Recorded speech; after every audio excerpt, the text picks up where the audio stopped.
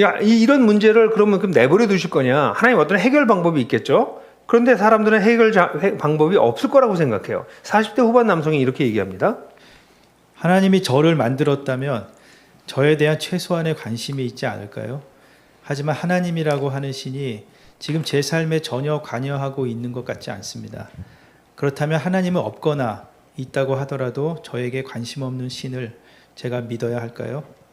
네, 아마 이렇게 느끼시는 분들이 많을 것 같아요. 신이 있어? 근데 나한테 관심 없잖아. 이렇게 얘기하시는 분이 대부분일 것 같아요.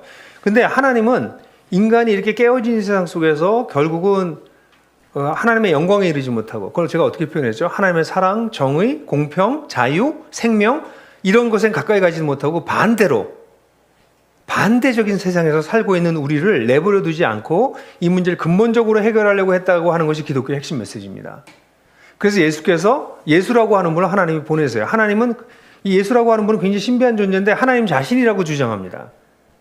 그래서 이분이 오셔서 하나님이 어떤 분인지를 보여줘요. 첫 번째. 그리고 두 번째는 이 하나님과의 관계를 회복할 수 있는 길을 여세요.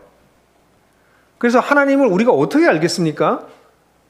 우린 존재론적으로 불가능해요. 신을 안다는 것을. 근데 하나님이 놀라운 소통 이론이죠. 눈높이로 낮아지셔서 인간이 되셨어요. 내가 바로 그다. 라는 걸 보여주셨어요. 예수님을 통해서. 그런데 예수님을 보면 하나님 너무 아름답구나. 그래서 우리가 성경을 이렇게 공부하다 보면 예수라는 분이 이렇게 대단한 분이네 라는 그 매력에 확 빠지거든요. 근데 그 예수라고 하는 분이 그렇게 하나님을 보여준 분으로 끝난 게 아니라 하나님과의 관계를 회복할 수 있는 길을 열어주셨다는 거죠. 그것만이 이 세상의 깨어진 문제를 근본적으로 해결하는 방법이기 때문에 그렇습니다. 기독교를 지금까지 이야기한 걸로 정리한다면 이렇게 간단하게 정리할 수 있습니다. 물론 이거는 정말 심오한 얘기여서 오랜 시간을 얘기하고 더 깊이 탐구할 만한 내용이지만 짧게 얘기한다면 하나님이 세상을 창조하셨다. 인간을 아름답게 만드시고 특별한 지위를 부여하셨다. 그래서 인간이 세상을 잘 다스리기를 원하셨다. 하나님 대신해서. 그래서 거의 하나님 방불하게 만드셨어요. 그런데 인간이 신을 몰아내버렸다. 그리고 자기가 주인이 됐다. 그걸 성경에서는 죄라고 얘기합니다. 그래서 자기 주인이 된 세상은 신을 제거해버렸기 때문에 두려울 것이 없고 들키지만 않으면 되는 것이죠. 그래서 불의와 고통과 아픔과 죽음이 가득한 세상, 깨어진 세상이 되어 있다.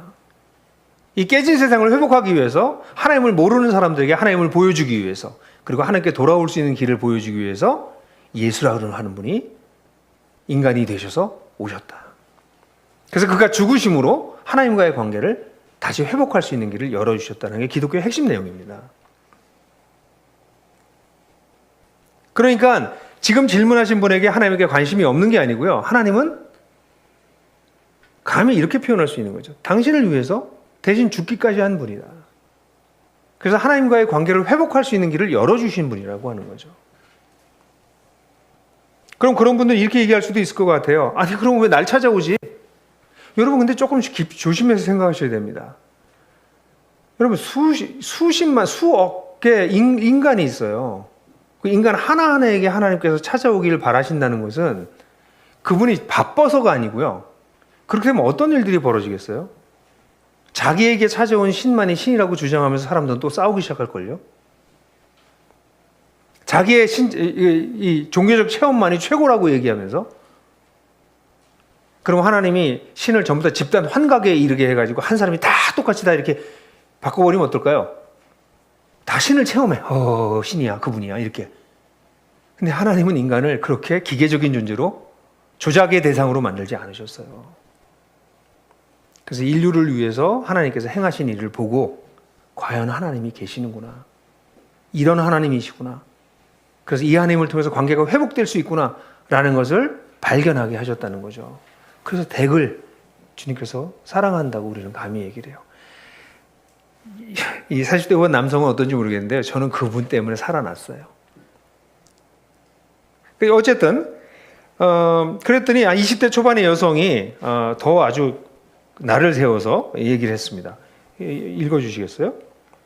욕망이 없으며 완전 무결한 신이 있다면 굳이 인간의 믿음을 갈구하거나 필요로 할 이유가 없지 않나요?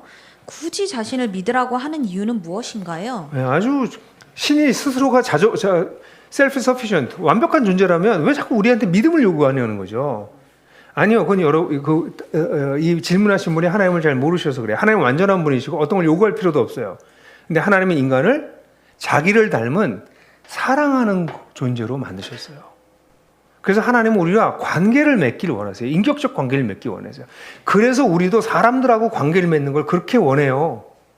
혼자 독방에 들어가 살 수 없어요. 세상에서 가장 무서운 것이 사람으로부터 격리해서 형무소 들어가는 거고요. 형무소에 들어가서 가장 힘든 것이 독방에 갇히는 것입니다. 인간은 관계를 맺도록 되어 있습니다. 그게 하나님이 우리를 그렇게 만들어서 그렇다고 성경에서 얘기하고, 그런 모든 관계 중에서 가장 중요한 관계가 하나님과 관계를 맺는 거라고 얘기를 해요. 그래서 하나님은 우리가 관계를 맺을 때 어떻게 관계를 맺어요? 믿잖아요. 상대방의 얘기를 듣고 믿잖아요. 믿지 않으면 관계가 안 맺어지잖아요. 그 똑같이 하나님은 우리랑 그렇게 서로 믿고 상호 신뢰하는 관계를 형성하기를 원하세요. 그분이 뭐가 부족해서가 아니라 사랑하기 때문에. 그래서 마지막으로 한 가지만 더 얘기하고 제가 오늘은 좀 마무리하려고 그러는데요. 그래서 많은 사람들이 생각할 때 앞에도 이미 그런 질문이 나왔지만, 아니 멀쩡하게 사는 사람은 하나님을 안 믿는데 왜 지옥으로 보내세요? 이런 질문을 많이 해요. 하나님을 믿으면 천국 가고, 아니 멀쩡하게 사는 사람들, 잘 사는 사람들도 하나님을 안 믿으면 지옥을 간다고요? 이게 도대체 무슨 호랑이 무슨 소리야? 뭐 이런 얘기를 한단 말이죠. 그거 한번 들어보죠. 20대 초반의 여성과 20대 초반의 여성 두 분이 비슷한 질문을 하셨네요. 이미 그 질문이 나왔지만 다시 한번 읽어보겠습니다. 들어보겠습니다. 신이 신자와 불신자를 구분하고 신자에게만 천국을 선사하는 이유는 무엇인가요? 인간의 선행과 악행도 아닌 그저 자신을 믿는지 믿지 않는지가 천국의 자격에 대한 조건이 되는 것은 불합리하지 않나요? 무교의 입장에서 이는 신의 욕망 때문이라고 생각되는데, 이는 완전 무결하다는 신의 속성과 대비되는 것이 아닌가요? 이 질문이 아까 조금 전에 하신 그분 질문이라는 게 대충 느껴지시죠? 같은 언어를 쓰고 있기 때문에. 또 다른 분의 질문은, 하나님을 선택하지 않고 하나님의 사랑에 반응하지 않는 삶의 결과가 지옥이라면 이는 간접적인 강요와 다름이 없지 않나요? 자유의지를 주었다지만 하나님의 뜻에 반하게 발휘하면 지옥에 간다면 이것을 자유의지라고 할 수 있는 건가요? 게다가 선한 양심을 지키며 잘 살았는데 하나님을 믿지 않았다고 지옥에 간다는 것이 말이 되나요? 자, 이게 바로 조금 전에 얘기했던 이 깨워진 세상에 대한 이해가 선명하지 않기 때문에 그래요. 성경은 뭐라고 얘기하냐면요, 우리가 살고 있는 세상이 하나님을 제거한 세상이어서 이미 지옥이라고 얘기합니다. 이게 핵심이에요. 이 세상은 파라다이스가 아니라고요. 인간은 이 세상에 파라다이스를 건설하려고 인류 문명을 발전시켜 왔어요. 우린 그 일을 계속 해야 됩니다. 그런데 세상은 발전하면 발전할수록 어둠이 점점 더 깊어지는 것을 우리는 경험하고 있어요. 인류 역사를 보여주고 있습니다. 성경이 뭐라고 얘기하냐면요, 이 세상이 깨어져 있다고 얘기를 해요. 근데 여러분들이 거기에 동의하지 않으시면 여러분들은 좀 괜찮게 사시나 보죠. 요즘 사시는 게 좀 괜찮으신가 보죠. 그러다 여러분들이 만약에 사기를 당하시거나 세상에서 불의한 일을 당하시거나 공정한 평가를 받지 못하거나 병이 들거나 여러분들 가족 중에 누군가가 어려움을 겪으면 그제서 여러분들은 세상이 왜 이 모양이냐고 얘기하실 것이에요. 기독교는요, 그렇게 편하게 얘기하는, 달달달하게 이게 마음을 이렇게 만져줘가지고 예수 믿으세요라고 하는 종교가 아닙니다. 세상이 이토록 깨어져 있다라는 사실, 지금 내가 안 아파도 나는 좀 괜찮게 살고 있어도 세상 전체가 깨어져 있다는 사실을 직면하지 않으시면 죄송합니다만 크리스천이 될 수 없습니다.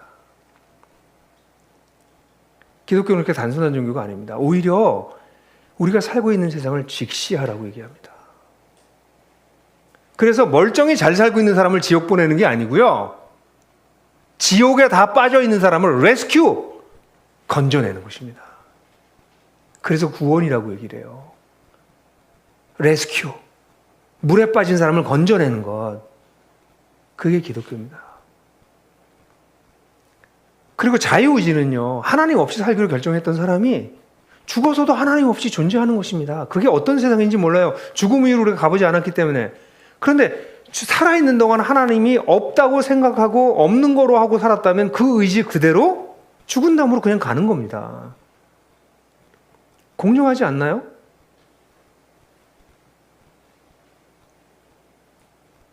그 의지를 존중할 수밖에 없는 거죠. 왜냐하면 하나님이 인간을 조작의 대상으로 만들지 않았기 때문에, 인격적 결정을 내릴 수 있는 존재로 만드셨기 때문에. 그래서 하나님은 간절히 원하세요. 우리가 하나님께 우리의 의지를 가지고 반응해서 이 지옥 같은 깨진 세상이 일부가 돼서 살아가지 않고 여기서 레스큐 돼서, 이젠 그다음에 뭐예요? 레스큐어. 세상을 같이 회복하는 일을 하자. 나와 함께. 이게 기독교입니다. 아까 제가 기독교의 반 얘기했잖아요. 그래서 예수님께서 예수라고 하는 분이 오셔서 하나님이 어떤 분인지 설명해주고 하나님과 관계를 맺게 맺을 수 있는 길을 열어주셨다. 그게 뭐냐면 깨어지고 지옥 같은 세상에서 구조해낸다는 거예요. 그럼 구조해냈으니까 나는 천국 가네? No! 나는 레스큐 됐지만 내 친구와 내 사랑하는 사람과 우리 사회와 우리 문화는 지옥 같거든요. 그래서 크리스천들은 감히 이제 내가 레스큐어가 돼야 되는구나. 하나님이랑 같이 내가 부족해도 내 인생을 가지고 뭐 여기저기에서 꼬물꼬물 하면서라도 내 주변의 사람들을 레스큐잉 해야 되는구나. 그걸 깨닫게 된 사람들입니다.